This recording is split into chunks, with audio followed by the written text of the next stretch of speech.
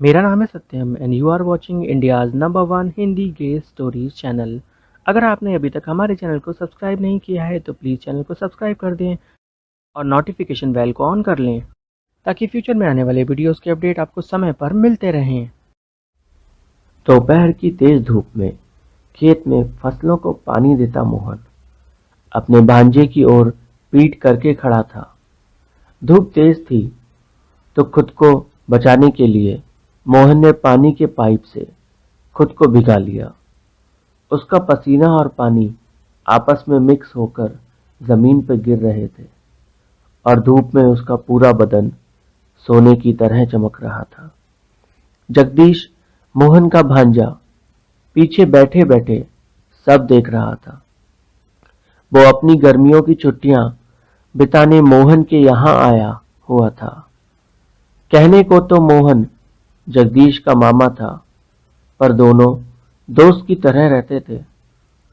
मोहन कहीं भी जाता तो जगदीश को साथ लेकर ही जाता था। दिन भर जगदीश मोहन के साथ ही रहता था।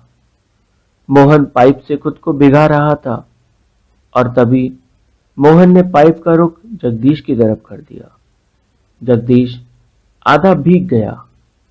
वो भागने लगा और मोहन पाइप लेके उसके पीछे पीछे भाग रहा था, वो ताकि उसे भिगा सके।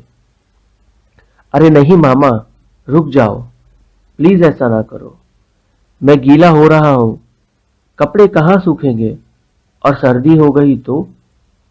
मोहन बोला, अरे फट्टू, डरता क्यों है? इतनी तेज धूप में भला कपड़े कैसे नहीं सूखेंगे? और मोहन ने जगदीश को पकड़ लिया। पानी का पाइप उसके सर पे किया तो जगदीश छटपटाने लगा। उसका दम घुट रहा था क्योंकि उसे पानी से थोड़ा डर भी लगता था। जगदीश ने डर के मारे मोहन की कमर में अपने हाथ डाल दिए और उसके सीने से कसकर चिपक गया। मोहन को पहली बार कुछ अलग सा महसूस हुआ जगदीश को लेके। मोहन को बरसों पहले ही पता चल गया था कि वो समलैंगिक है। हुआ ये था कि जब वो 12वीं में था तो उसके एक दोस्त मनन पे उसका दिल आ गया था।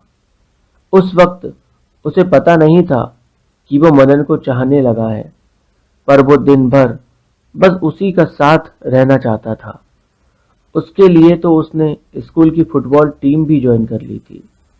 मनन और मोहन की दोस्ती काफी गहरी थी। हर राज जानते थे एक दूसरे का, पर मोहन ने अपनी फीलिंग्स के बारे में मनन को कुछ भी नहीं बताया था। उसे डर था कि कहीं वो मनन को खो ना दे। 12वीं खत्म हुई और मोहन समझ गया कि मनन उसके लिए नहीं बना। वो स्ट्रेट है और वो कभी उसका हो भी नहीं सकता। और वैसे भी समाज का डर उस पर इस कदर हावी था कि उसने उससे कभी कहा ही नहीं। दोनों जिस हॉस्टल में पढ़ते थे वहां बातें आसानी से स्प्रेड हो जाती थीं, तो इस बात का भी डर था। पढ़ाई पूरी कर मोहन घर आया तो पता चला पिछले महीने उसके पिता गुजर चुके हैं और उसे इसलिए नहीं बताया गया ताकि उसकी पढ़ाई डिस्टर्ब ना हो। मोहन बहुत रोया और फिर उसने अपने पिता की जगह ले ली, घर की सारी जिम्मेदारियां ले लीं और 2 साल बाद उसने अपनी बहन की शादी करवा दी, वो भी मनन से। अब मनन उसका जीजा बन चुका था, पर दोस्ती अभी भी पहले जैसी ही थी।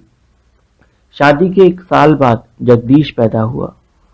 मोहन जगदीश का बेहद ख्याल रखता था क्योंकि उसे पता था कि उसकी तो कोई औलाद होने नहीं वाली, इसलिए जो है वो जगदीश ही है। पर जैसे जैसे वक्त बीत रहा था जगदीश बड़ा हो रहा था और यूं ही 19 साल बीत गए। जगदीश पढ़ाई में कमजोर था। वो हाई स्कूल में 2 बार फेल हुआ और 12वीं में 1 बार।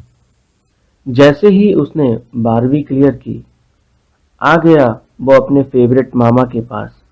वो कभी अपने चाचा के पास नहीं जाता था।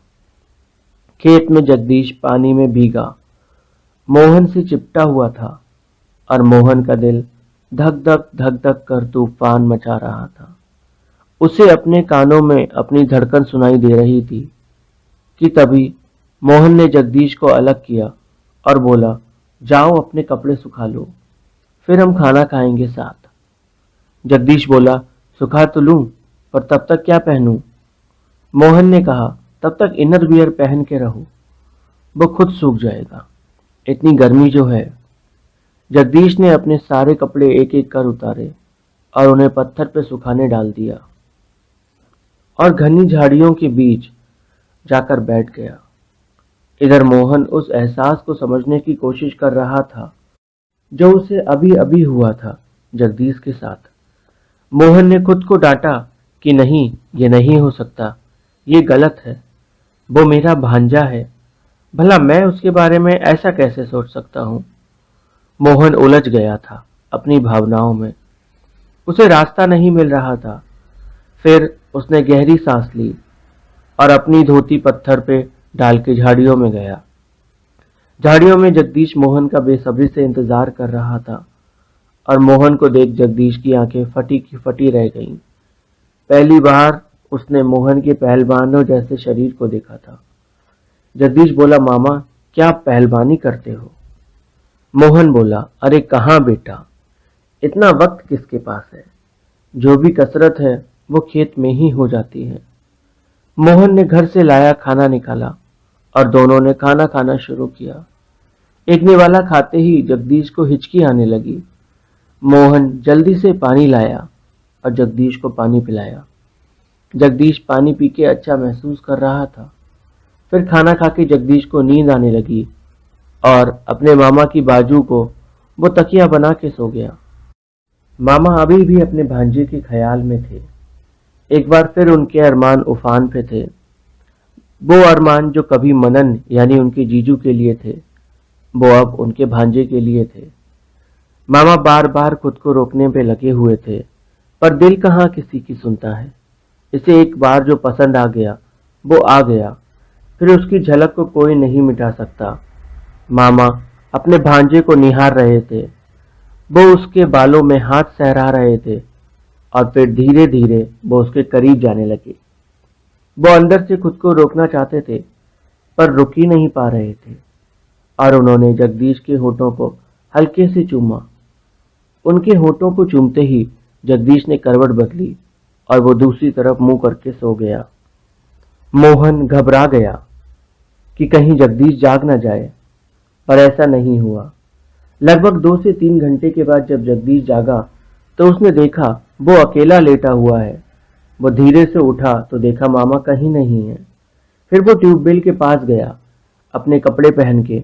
मामा अंदर कमरे में थे। वो अकेले नहीं लग रहे थे, ऐसा लग रहा था जैसे वो किसी को चूम रहे हैं। जगदीश से रहा नहीं गया और उसने खिड़की से अंदर झांका तो मामा फोन में किसी की तस्वीर को चूम रहे थे और उनका पूरा बदन कांप रहा था। मोहन को अचानक से जगदीश की झलक दिखी। वो रुक गए और शांत खड़े हो गए। जगदीश अंदर आया और बोला, ओए होए मामा, आखिर कौन है जिसके ख्याल में इतने हद तक खोए हुए थे? जरा हमें भी दिखाओ। जगदीश जबरदस्ती करने लगा और मामा का फोन छीन लिया। उसने फोन में देखा तो ये मनन की फोटो थी। मोहन घुटनों पे बैठ गया और बोला, जगदीश ये बात किसी को ना बताना, ये मेरी प्रार्थना है तुमसे। जगदीश सोच में था, उसने कुछ भी नहीं कहा और वो वहां से चला गया। मोहन बेहद ही डरा हुआ था कि अब वो क्या करेगा, कहीं वो ये राज सबको बता ना दे। मोहन देर रात घर चुपके से आया। तबे पांव अंदर घुसा कि तभी छत से किसी ने उसको ऊपर आने का इशारा किया। मोहन चुपचाप छत पर चला गया। देखा तो छत पर जगदीश था। जगदीश ने मोहन से कहा, मामा मैंने आपका सच किसी को नहीं बताया और ना ही बताऊंगा, क्योंकि मेरा भी एक सच है। मैं भी आपकी तरह गे हूं, मुझे भी लड़के ही पसंद है। और एक बात मैं आपसे कहना चाहूंगा कि मुझे आप पसंद हो। क्या हम साथ नहीं हो सकते? मामा ने इस बात के लिए मना कर दिया और मामा वहां से जाने लगे। जगदीश आगे बढ़ा। उसने मोहन का हाथ पकड़ा और उसे अपनी तरफ खींच लिया और उसके होठों को चूमना शुरू किया। मोहन भी खुद को रोक ना पाया और तब से दोनों हमेशा एक साथ यूं ही अपना रिलेशनशिप का जीने लगे। कहानी अगर अच्छी लगी हो तो लाइक, कमेंट, शेयर जरूर करें और इंस्टाग्राम पेज को भी जरूर फॉलो करें।